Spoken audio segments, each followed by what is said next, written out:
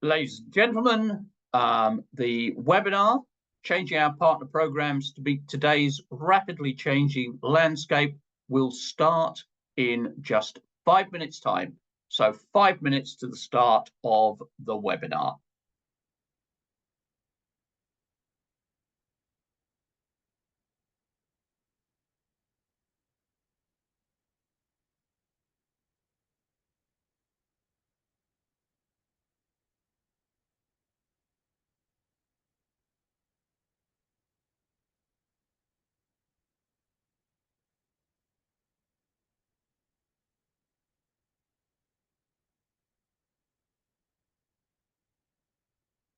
Ladies and gentlemen, the webinar will start in just 4 minutes' time.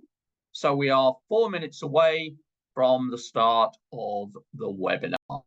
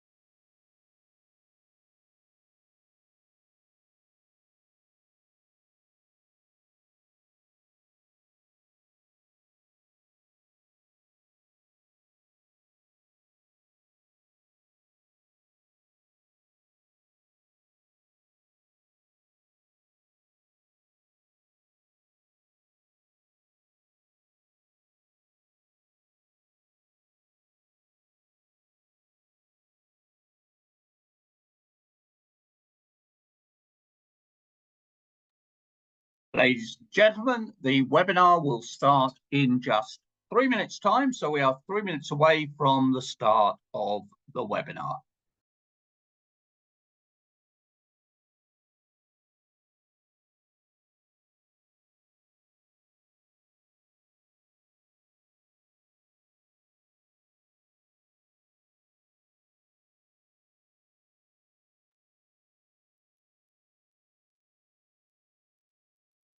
Ladies and gentlemen, the webinar will start in just 2 minutes. So 2 minutes to the start of the webinar.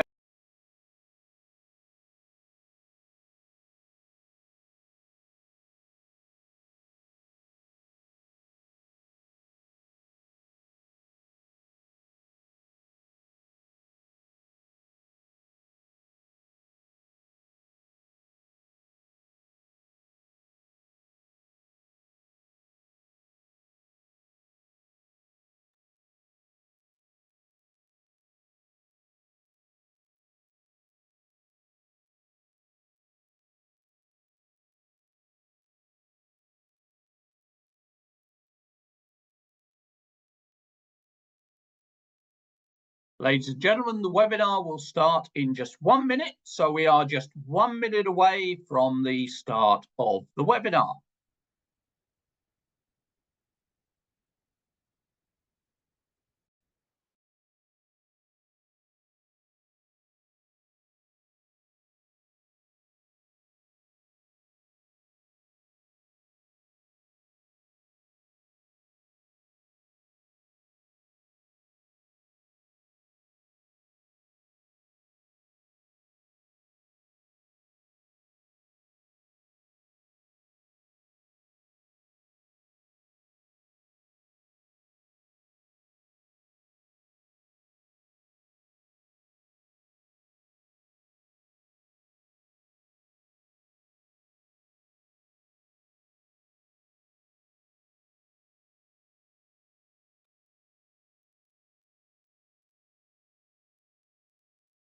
Ladies and gentlemen, welcome to the webinar. We have a fabulous topic for you today as we head towards the end of the year and we're all looking to 2025, we're going to be discussing how we need to change our partner programs to meet today's rapidly changing landscape. We're going to get into some detail on this, so this is going to provide you with tremendous insights on the kind of things that people are doing as they look to 2025. So welcome to the webinar. I've got a couple of housekeeping points to start with, and then I will introduce our four fabulous panelists.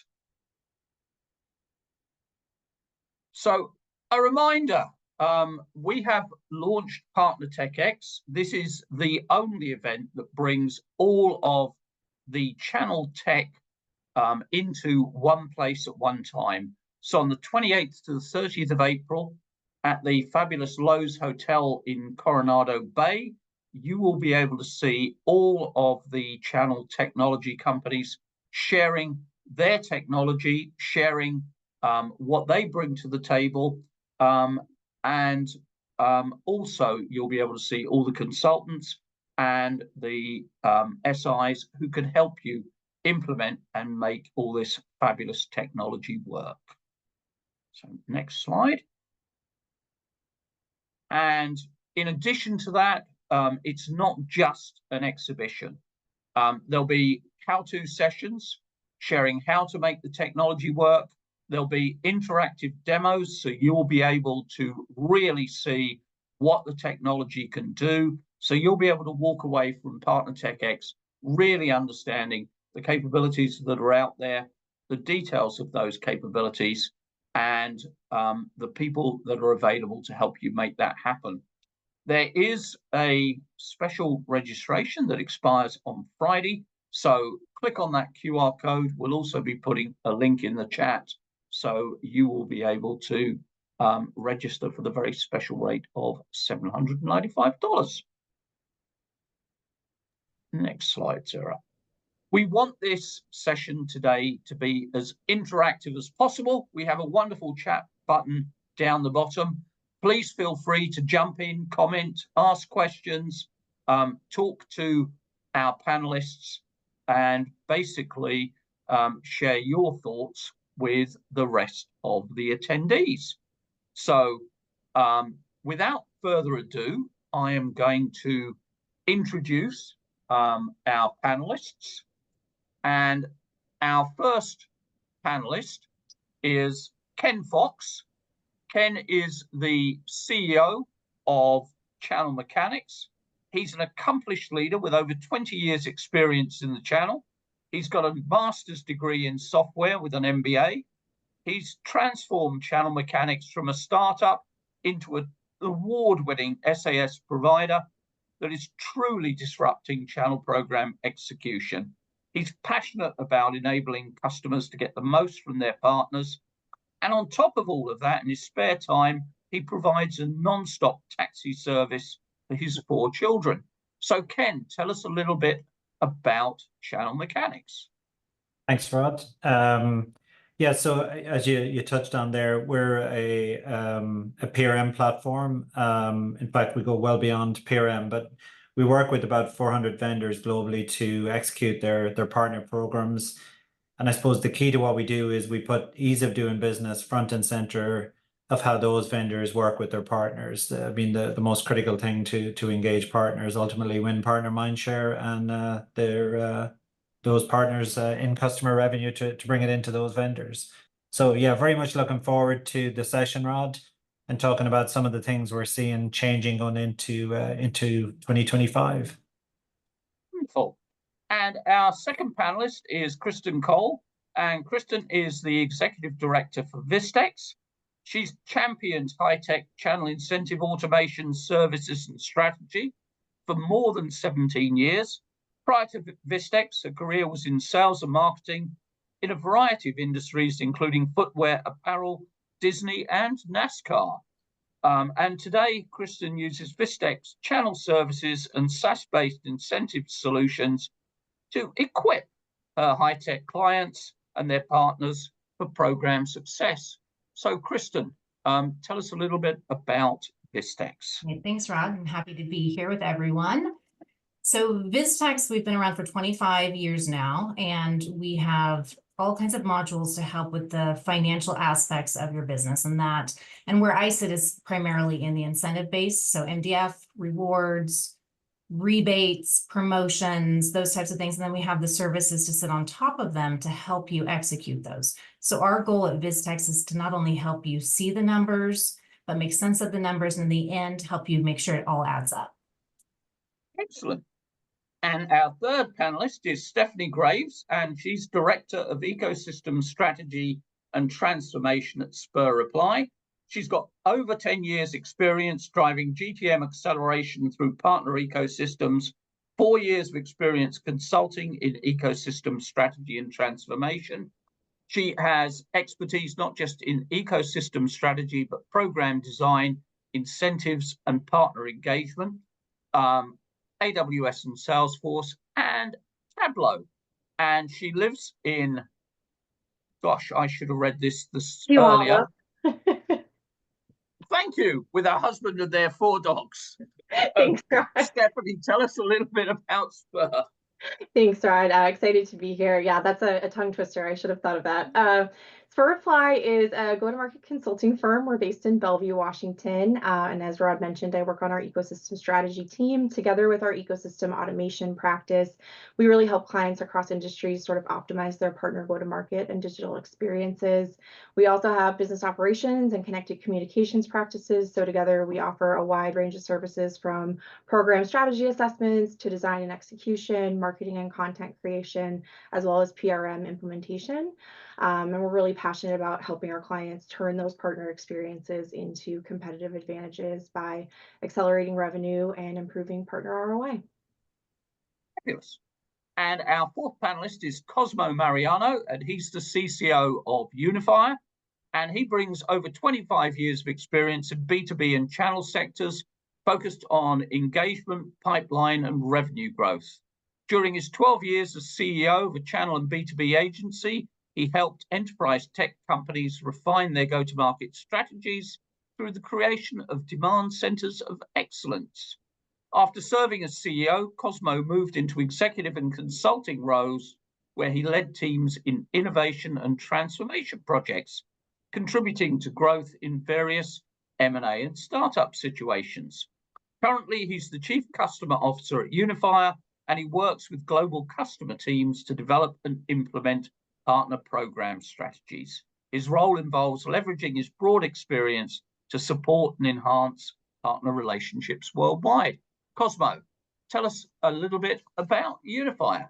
Can you send me that so I can add it to my LinkedIn profile? That sounded fantastic, and I don't remember writing it. So thanks for that. Thanks, Rod. Hello, everyone. At Unifyr, I think we tackle one of the biggest challenges in today's ecosystem. It's really that I think of it as fragmentation complexity. So, as you know, disparate systems, siloed processes, resource limitations are all combining to hinder product engagement, productivity. And so at Unifyr, I think we're working every day to connect the dots for you. We're trying to simplify how partners access the tools, resources, and the collaboration that they need to succeed. So our platform brings partners, agencies, and suppliers together to drive measurable results, make engagement easier, faster, and more valuable. So thanks for having me. I'm super excited to be here today. Okay, fabulous. So welcome everyone, and let's dig into the topic. And as I say, it's looking to 2025, changing our partner programs to meet today's rapidly changing landscape. And Ken, if I can start with you, if you look at your customers, you look at what they're asking for, you look at the way they're trying to engage with their customers, what's the single biggest thing you see them doing, and how are they going about doing it? Yeah, no, thanks, Rod. Yeah, I guess there's many things changing going into next year, but I suppose one thing I'll hone in on for a few minutes is around what we call partner journeys, or indeed partner journey automation. So as we all know, the vendors we work with, they have many partners, but all these partners are important, but they're not all equal, and they're certainly not all at the same stage of maturity. So you have everything in the range from partners that are being onboarded to partners that are at the mature end of the scale or spectrum and generating different levels of revenue. So what we're seeing, you know, the vendors that are winning, I suppose, are building out these journeys where they group partners based on anything from, you know, segmentation or characteristics of those partners into different categories. And then they put those partners on custom journeys. And those journeys could be anything from the early stage where we want to onboard them and get them to revenue. So accelerating time to revenue, you know, getting them through the stages. We all know the pain of getting them through the onboarding stages. So kind of accelerating all of that, doing it in a very automated fashion. So it's very visible. If I'm a partner, I log in, it's very visible to me to see where I am in that journey, if you like, right through to the top end, where partners, you might say, I'm going to build a journey where I want to create, you know, 200 million of extra revenue from these 20 partners. And here's the steps that I need to them to do to achieve that. And then kind of how do vendors go about that? We do this across multiple different vendors, and it's kind of a thing, you know, that's really taking off. So the vendors really sit down and they map out what we call the stages and steps to achieve a journey. And then that's a very visual representation. If I'm a partner and I'm part of a journey, I can see which stage of the journey I'm in. And often within those stages, there's multiple steps.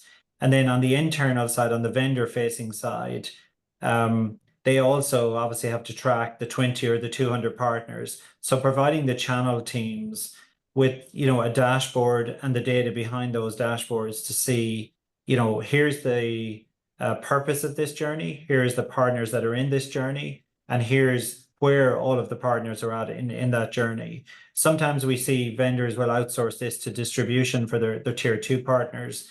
But I suppose ultimately, Rod, I suppose we see a lot of this happening, and the vendors that are doing it are winning. And again, the kind of the visualization are showing, it's the old thing I always say, you know, a picture tells 1,000 words. So showing the partner on the external facing side where they're at with the journey, but also helping the account teams. And as we all know, channel teams are really strapped for time and resource. So really enabling those to drive their partners through those journeys. And I suppose to wrap up, those journeys are anything from, like I mentioned, onboarding, which accelerates time to revenue. You could think of another journey like a competency path. And we all know the relationship between training and revenue is there for all to be seen. So putting them on those competency paths to say, these are the, you know, the certs or X number of certs you need in your partner to deliver these sales. Example. So yeah, no, there's some of the, I suppose the one area, Rod, I'd like to call out was around the partner journeys. Okay, a couple of questions there, Ken, if I may. One, do you see your customers offering incentives for partners to reach different stages on these journeys? And secondly, when it comes to a new partner onboarding, what's the trend? Is it a specialist team dealing with the onboarding, or is it being handed to the general channel account management team? Yeah, so I'll answer the last one first, I suppose. So what we've seen before the partner journey automation, I suppose, is put in place. Yeah, it's generally just left to the general account managers, the one-by-ones, if you like. But what we have seen companies doing is when they put this in place, it massively reduces the time. Like I've seen it reducing it from literally hundreds of days to hours. It's a crazy ROI when you do this. And generally then it becomes a very focused team that is responsible for the onboarding journey, if you like, in that example. And then back to the first part of your question. Yeah, absolutely, Rod. Depending on the journeys, there absolutely is both incentivization and gamification applied to those journeys, depending on what the journey is. So if you think about, you know, I'm coming on boarding, I'm registering my first deal, we would often see the incentivization is they'll give them a particular discount on that first deal or to close that first deal, right through to they'll say, if I'm doing a competency journey, we incentivize on like things like expertise rebates, for example. If you have these trainings or certifications, we'll give you kickers on your rebates, right down to, it could be spiffs to individuals that you want to be part of a journey to do. It could even be as simple as you want them to do a webinar. So there's a whole variation, but I suppose having the automation of the journeys makes it very possible to do those other types of things like the incentivization, like having the focus groups to run the partner onboarding and so on. Excellent. And Kristen, if I can bring you in next, what's one of the key things or the key thing that your partners are asking for in 2025? How are you seeing that changing and how are they going about doing it? Sure. So, I mean, not every one of our clients is equal, right? They're all asking for different things, but it's all around how they're spending their dollars, all of their incentive dollars. So one example that I want to give you is about aligning the MDF marketing activity to the sales cycle phase. So for example, if you're in the closing phase, the activity should be around a proof of concept, not email campaigns. And so how we're going about helping this particular client is that we're making some system modifications to be able to capture if when they create a project, if it's to support a sales play or the sales cycle, right? That customer journey aspect of it. So the sales plays could be similar to general campaigns. And as those are defined as we begin, the fiscal year 25, that could be the focus, right? So the field will allow us to, this field that we're adding will allow us to report and dashboard on the spend by each activity and incentive, as well as KPIs. So we're going to get closer to those ROI actuals by campaigns. So this particular client's really getting in and focusing in on where they're spending that money. Now on the sales cycle side, or where things are at the customer journey, is to determine where the project fits in the overall end user targeting. So the client may want to know a given project is one targeted at new business or whether it's a renewal. So these changes are going to help us be able to report out at a much more granular basis, and they can ensure the activities are in line with the stage of the customer journey that they want it to be in, and ultimately help them to focus the dollars where they need to be focused and help the partners that they're working with really use that funding in the best way possible. And in terms of that funding, Kristen, what sorts of specific things are you seeing really working? I'm going to fund this activity. What sorts of activities are you seeing working against different groups? Well, I think it depends on where they are in the sales cycle. Like I mentioned, if you're in that closing phase, right, it's not going to be about email campaigns, but the email campaigns for the new customers are really going to make sense to bring in those particular leads. So it's not that they're going away from any specific types of activities, but they're really trying to hone in where and when those activities are used. Excellent. And Stephanie, what are your customers asking for? What are they changing? Yeah, I think we're seeing a lot of clients, as they're planning for 2025, they're making significant investments to sort of optimize their routes to market and supporting programs with what we would consider services partners, if you think about sort of that partner value motion construct. And this sort of has two pillars, I would say, of like which route they're taking this. I think in some places that looks like enhanced enablement, those digital learning journeys that Ken was speaking to, or we've seen a lot of investment in new specialization and competency programs aimed at accelerating partner practice development and better identifying the right partner for a given opportunity, or even sort of a multi-partner engagement, and ensuring partners have the skills to deliver against those top customer use cases. I think in some places in support of that, we've seen larger vendors like AWS investing in like AI assisted partner matching.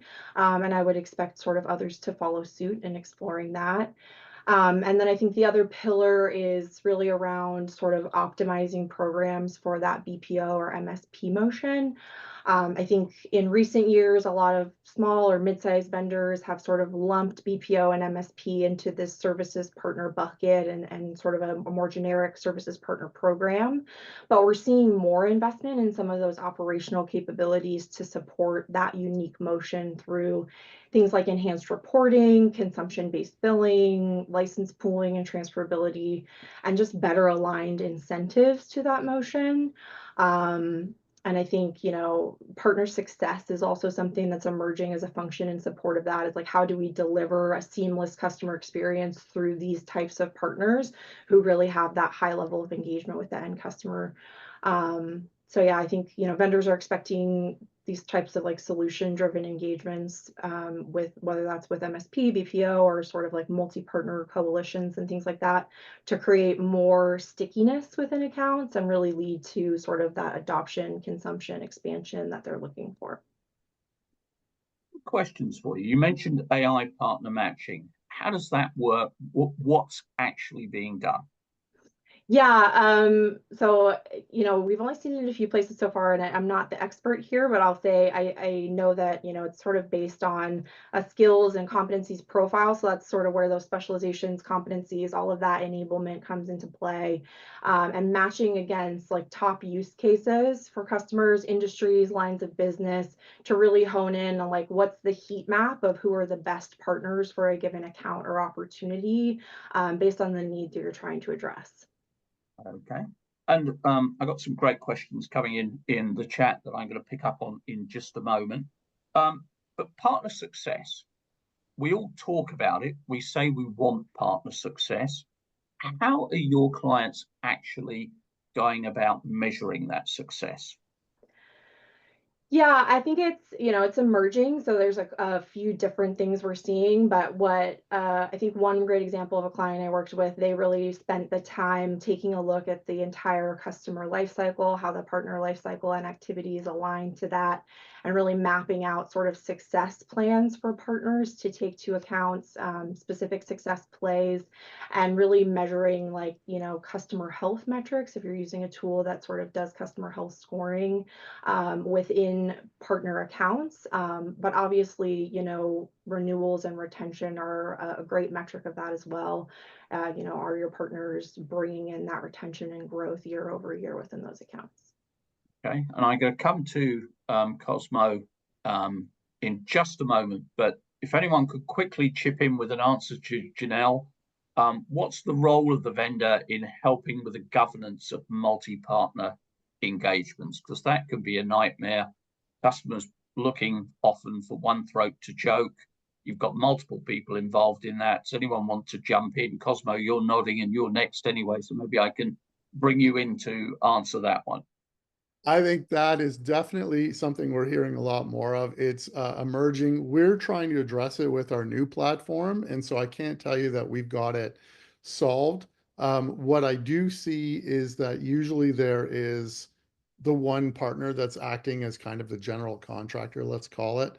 They're in the lead, and so when we're seeing these kinds of deals so far in our betas, we've got that one partner who actually just wants to be the front and is trying to source the right other partners for the deal. And they're also trying to configure something from across multiple suppliers. So it really is now this orchestration of multiple players in a deal. But whatever partner gets in there to create the relationship and own the opportunity, I'm finding that they're the ones that are able to take the lead in that motion. Okay, and back to my original question for everyone. What's the thing that your customers are asking for? What's the thing that's changing in terms of what they're looking at for 2025?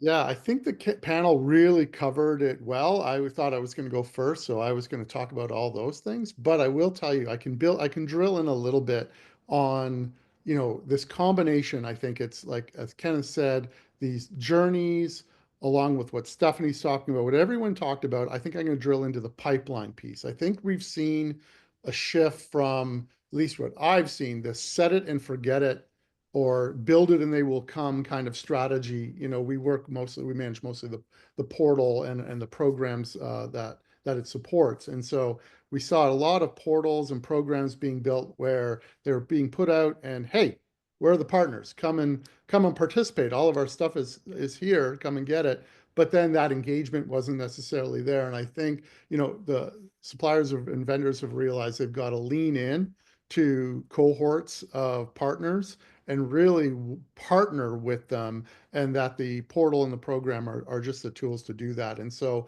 we're seeing both, your best partners and the long tail, depending on the strategy of that company. So if we've got some customers that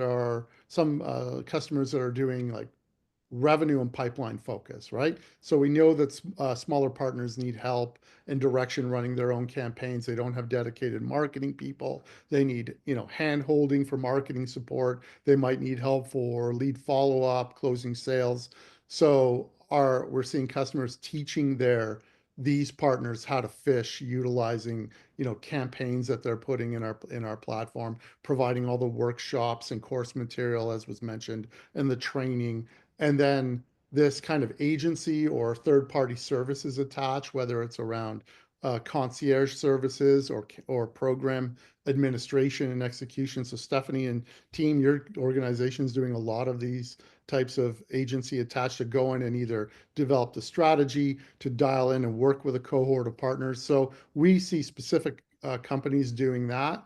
And, I've seen, up to 40 partners set up in one of these kind of cohorts. And then they run through that, and they've taught these partners how to really partner and work together. And then they move on to the next cohort.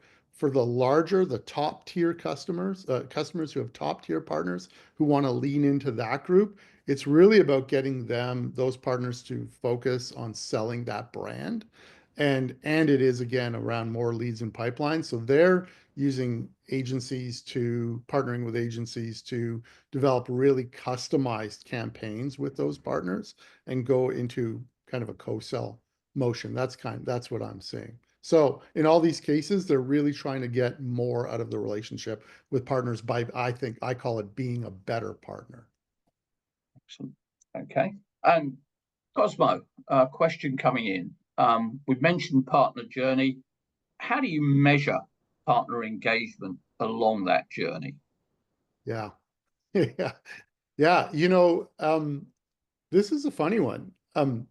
A lot of our customers, it's funny how many of them just stop at, they want to stop at logins because the numbers are high. But the truth is, you got to look beyond initial login, because you'll generate a campaign and folks will, you want to see the downloads of your materials. You want to see, lead just the big ones, even if you started with those. Are they engaging with your content? Are they taking your training, using your training materials? Are they doing your certifications? If you're doing any kind of lead generation with them, what kind of leads? Can you get visibility on their pipeline? I'm seeing a lot of customers now, they want deeper visibility into partner pipeline. And as you know, partners are saying, hey, we don't work for you. We don't have necessarily time to do that. Can you make it really easy for us? So we have some scenarios where, depending on the relationship, partners are agreeing to do integrations with their CRM so that the vendor can get visibility on pipeline. And so really, we're seeing a lot more desire for visibility into what's the return on the investment. And as Kristen mentioned, it's really just visibility across, to prove the value of the program and the platform by seeing everything, all the money, how the MDF funds are being spent, what activities are being spent on, and then how that's impacting engagement and pipeline. Yeah, I wanted to say that I think we're going to start seeing, based on the example I gave earlier, seeing where that engagement is really happening, whether the activities are more at that opening phase or the closing phase, and starting to tie that to maybe some success of closing the sales, right? If all the money is being put towards the beginning and nothing's being put at proof of concepts at the end, and they're not winning any business, I think we're going to start to really be able to have some great findings and information and data from this to be able to start making modifications to how we're asking partners or working with partners in completing that sales cycle. Yeah, that shift from activities to outcomes, right? That we're trying to get visibility on, right? Mm-hmm. Yeah, and on the journeys as well, Rod, like when we see some of the larger customers, like they'll have hundreds and hundreds of partners in the journeys, the measurement or the engagement is very straightforward. You measure everything from have they done the different steps and the stages of the journey, what are their cycle times from start to finish, who's the fastest partner to the slowest partner, etc. So that really, you have literally got an engagement scorecard with it for the specific journey. So the outcomes can be you know, have they onboarded, registered their first deal, to have they achieved a revenue target, to have they achieved the certifications. So it's real. So I always say to, you know, the customers, when they're doing these journeys, they must be data driven. They must have measurable outcomes. Otherwise, you know, it's, yeah, how do you, you know, measure the ROI if you don't have those types of attributes tied to the program? Excellent. And that gut information, that's right. It gives you the ability to have your partner success teams to go in and nudge those partners that you would really like to see be more productive. And, you know, you can use those metrics to launch those activities. Okay. Stephanie, if I can bring you in, but a lot of people on the call, you know, the whole channel team has been under pressure. Just about everyone I speak to, and we run the Channel Executive Council, which is a group of the most prominent channel leaders, their forecasts are greater for channel sales for 2025 generally than they were for 2024. There aren't the same increase in terms of headcount for the channel team. So, Stephanie, what sorts of automation are you seeing being brought in to try and bridge that gap between here's the resource I've got available in terms of people, and here's the outcome I'm trying to achieve? So what are the sorts of things your customers are doing to bridge that gap? Yeah, definitely seeing, you know, investment in, you know, upgrading PRM systems, like some of the digital learning journeys pieces, you know, coming back to that. I think that's one big investment folks are making in more like self-service tools, especially for the long tail. And I think a lot of leaders are really starting to think about how they can do more with less, leveraging AI. And so, you know, as we work with clients to sort of define their AI strategy, we're thinking about like, what are some of the specific business problems we could solve with AI? What's the long-term strategy, and helping them sort of zero in on, you know, one really high impact, ideally low effort use case, and sort of piloting the use of AI there first. That could be anything from like co-marketing collateral acceleration to selecting the right partner to bring into a deal like we talked about earlier, or providing sort of a digital PDM or bot for those long tail partners. So just like getting creative with, you know, some of the new technology that's available and testing out some of those use cases to see how they can do more with less and continue to accelerate revenue going into next year. Yeah. And Kristen, what are you seeing? What automations are you seeing your customers using to try and bridge that gap between resource and expectation from the company in terms of what the channel's supposed to produce? Right. So we see a combination of taking advantage of the workflows that are in the system, and also taking advantage of, you know, professional services as well when they need to augment their team because they're a certain time of the year is busier than another time, and they really need to be able to keep their SLAs in line. So it's a combination of both, and I think it will continue to be, because sometimes you still just need that human touch.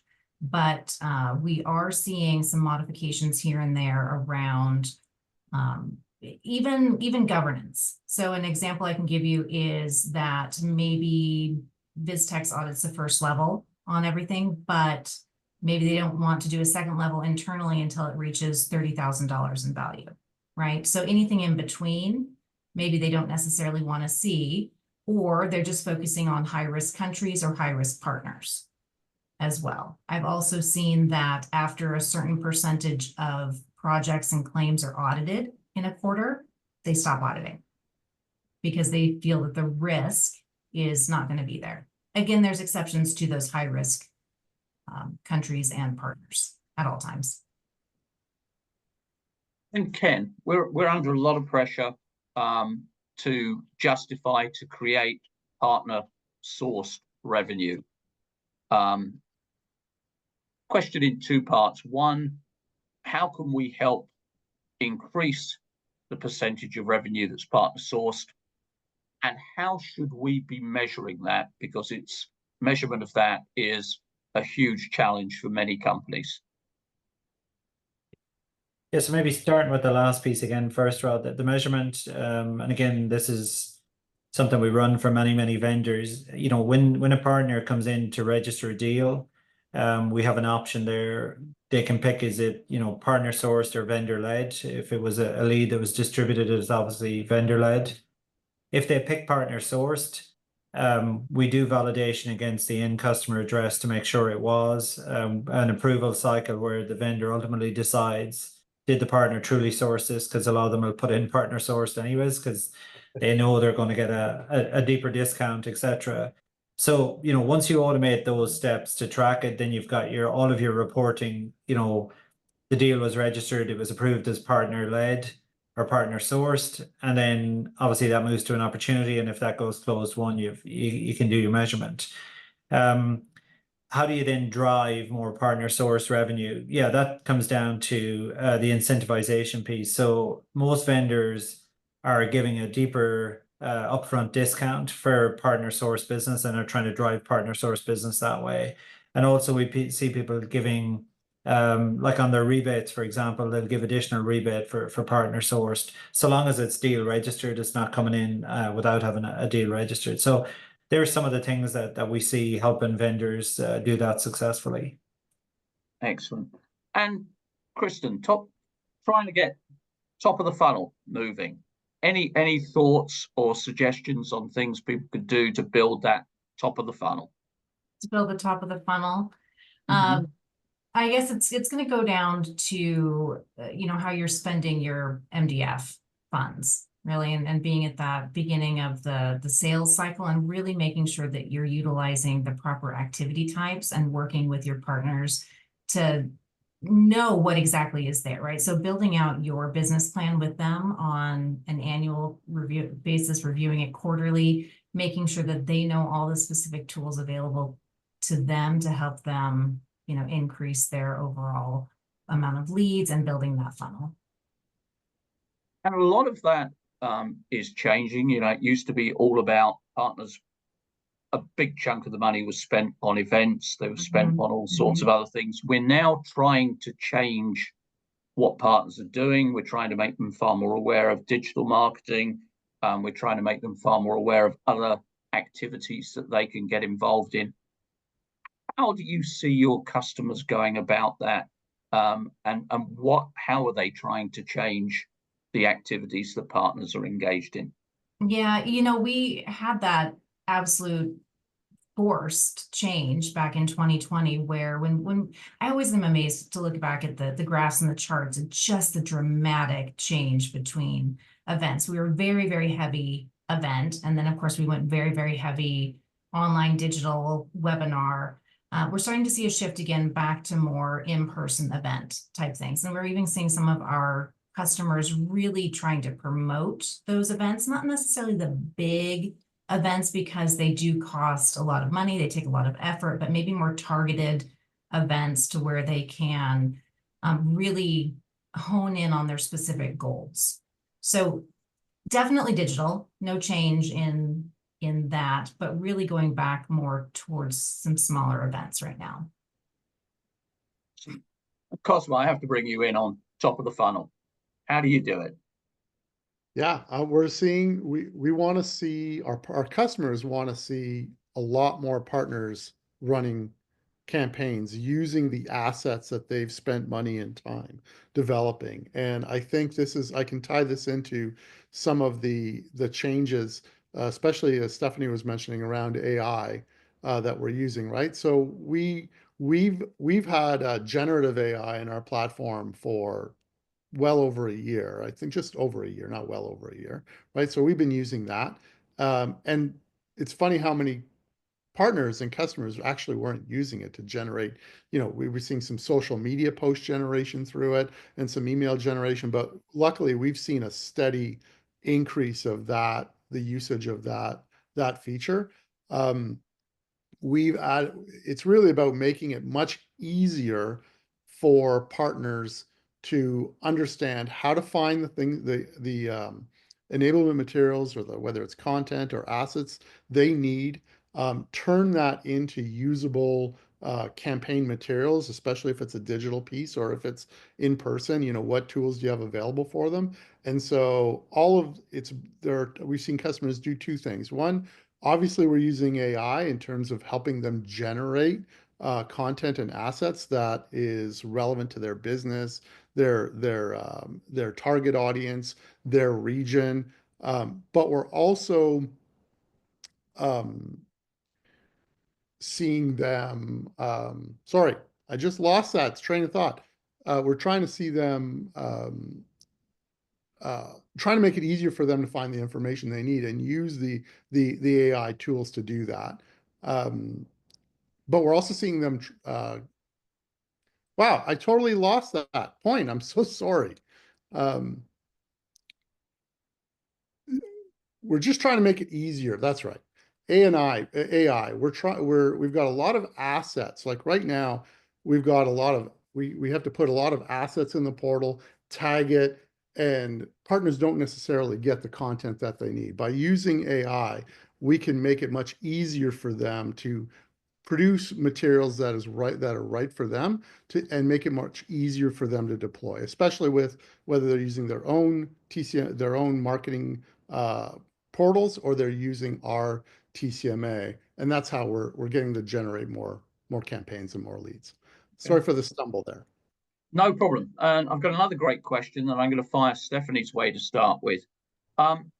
Looking forward to 2025, to reach revenue and profit goals, you see vendors consolidating the channel to focus investment on fewer loyal partners, or growing the channel by recruiting more partners, or both. Stephanie, what are you seeing with your clients? Yeah, this isn't my favorite answer, but I think the best answer is kind of, it depends on the vendor. Certainly we are seeing some vendors sort of consolidating, looking at old programs and sort of finally demoting partners out of those top tiers that they haven't done for years, really cleaning up the long tail, moving some of those partners into distribution. Certainly seeing more of that and like building focus with those top partners.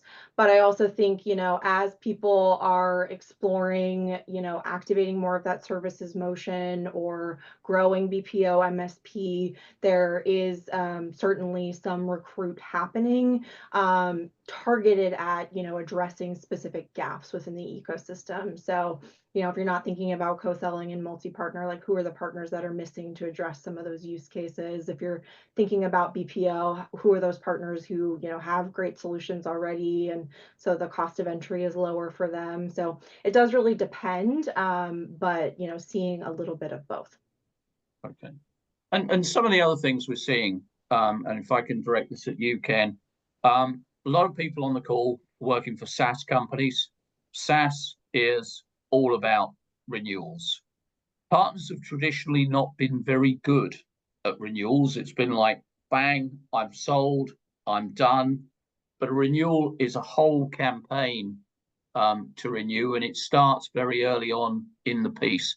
What are you seeing your clients doing? How are they actually engaging with partners to make that happen?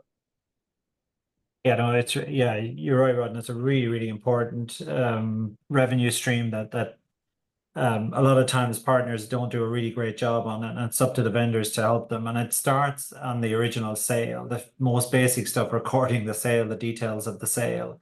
And what we see where vendors are quite successful at that is we do this on our platform. We provide what we call a renewals dashboard. It's not a renewals tool, it's just a renewals dashboard where the vendor can display out to the partner, here's your upcoming renewals across, the next 120 days. Send them reminders. And it's amazing how well received it is by partners, because a lot of the times those partners are not good at keeping a database of record of their own sales. So you as the vendor must help them do that. And you're going to have all of those records because the sales are ultimately going through yourselves.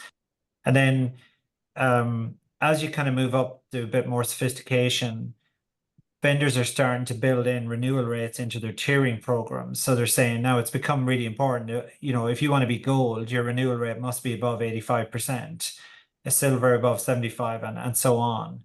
And then the overlay on top of that, I will actually pay a rebate based on your renewal rate as well. So if you come in and you start and they've got really poor renewal rates, and we've seen people really, really desperate, like down to single-digit renewal rates. That revenue is a heck of a lot easier to get than new business. So you really must maintain that. And if you think about it as your installed base or your footprint in the market, the vendors that are being successful are smart vendors, I often refer to them as. they're not just given the same renewal out every time. They're saying, I'm going to give you 2 or 3 flavors of that renewal with cross-sell and upsell. So you're actually generating a revenue pull through. And we see those coming through, you know, in high single digits. And that's effectively, you know, the easiest type of revenue, I suppose, you can generate through the channel. So yeah, there's a lot there, Rod. It's probably a whole webinar of itself around renewals, but yeah, it's a really, really important area. And as you said, in the world of SaaS, it's absolutely critical. You know, there's other areas around SaaS, building out customer success teams, etc., but they're just some of the key points. And Cosmo, we're almost out of time. What is the one other thing that you're seeing your customers focused on as we move to 2025? Trying to think of what we covered here. Sorry about that. AI, we've covered the partner motions. I think measuring a lot more. So that's really the big one, right? Everyone, along with all of this, is how do we get really deep visibility? I've got customers, like AWS, I think I can mention this. You know, we want to see dashboards and, you know, BI regionally, globally, and that's not just them. It's a lot of our, especially larger customers, want to get insight into every little nook and cranny of the program. Okay. And Stephanie, what if you looked at what we've covered, looked at other issues, what are the other things that we haven't covered that your customers are looking for and looking to change, looking to develop in their partner programs for 2025? I think kind of related to a couple topics we've touched on when it comes to like multi-partner, co-sell, things along those lines, definitely seeing more investment in things like solution and innovation funding, because, you know, it's becoming more common as partners look to activate sort of those multi-partner ecosystems and, you know, address customer needs, activate BPO, build MSP practices, certainly seeing some of that. And then going back to like the customer success and renewal rates conversation, I think we're seeing some vendors even incorporate those, you know, as requirements within the program. If it's a, you know, something that they're really trying to, you know, address with this year's program, or incentivizing performance against those metrics through things like strategic rebates and development funds. And it's really becoming a means of sort of identifying those top partners in the ecosystem, particularly like services partners who a vendor might want to pass leads with or co-sell with, going back to sort of another trend we talked about. So, The same question to you. Was that to me? Yes, indeed. Okay, great. So one other thing that we're seeing quite a bit more of as the year draws to a close is interest in rewards and point-based programs and systems again to engage the partner sellers. You know, I've seen this ebb and flow, but it's really starting to see an uptick. And then, of course, looking at how they're looking at their overall spend, they've got a big chunk of dollars to spend between all their incentives, and how they start to break that up along the sales cycle to be able to put money into that to get down to the sales engineers, the partner sellers, maybe the marketing people who normally don't get something really, and starting to look more at team-based type initiatives directly at the partners. And how are they judging those rewards? What triggers those rewards? I think it's basically it's to try and get them engaged at the last mile, right? So it could be claiming the final sales, right? So there's a little bit of activity. It could be automated where points are automatically generated and issued to them, but it could be trying to get them a little bit more engaged coming into the system to be able to claim that sale. So it could be termed as a spiff as well, right? But issuing those points to be able to then redeem the points for something that interests them, whether that's a cash card or a vacation or whatever it may be that's offered to them. It could even be down to offering additional education and certifications at no cost, just turning your points to be able to do that. Excellent. Yeah. And Ken, last but by no means least, what haven't we covered that your clients are going, hey, we have to do this in 2025? Yeah, I think one other big one, Rod, that we're seeing a lot of investment in is the automation of partner business planning, and certainly on the top end partners doing proper business planning. And that kind of ties back to some of what we covered. It's, you know, setting targets in the business plans around things like partner source business, around achievement of journeys, around, you know, investment in the top of the funnel and the leads that come out of that, measuring the MDF ROI and so on.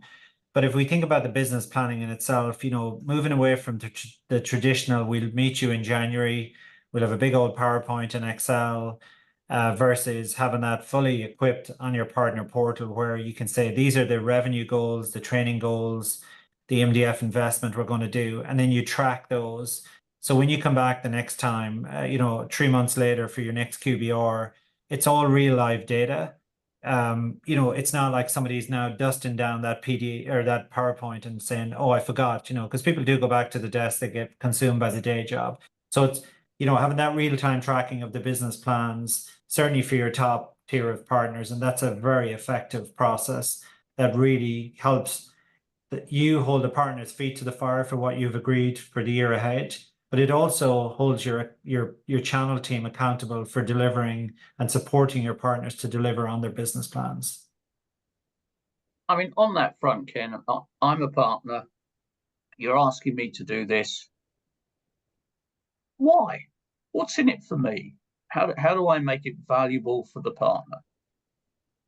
Yeah, well, that's the true value of partnership, Rod. There is a huge amount of value in it for the partner. That's why you're in it in the first place. And that comes down to profitability at the end of the day. It's you know, money talks. So if you're going to do a business plan with a partner, both, you know, as we always say, in any good partnership, both parties win, right? So when you map out your business plan, you have to make it profitable for your partners. You have to make it predictable, and you have to make it deliverable for them. And that's, you know, when you do your business plan, you build all of those things into it and you support your partner in achieving those. And if you do that, you will both be successful. Fabulous. Ken, Cosmo, Stephanie, Kristen, thank you so very, very much. Great contributions, lots of really cool ideas, and a very, very happy holidays to you all, and a very happy holidays to everyone that's on the call. Let's come back in 2025 and make 2025 a really fabulous year. Thank you so very, very much. Thank you, Rod. Thanks, Rod. Thanks, everyone. Yeah. Everyone. Happy holidays. Bye.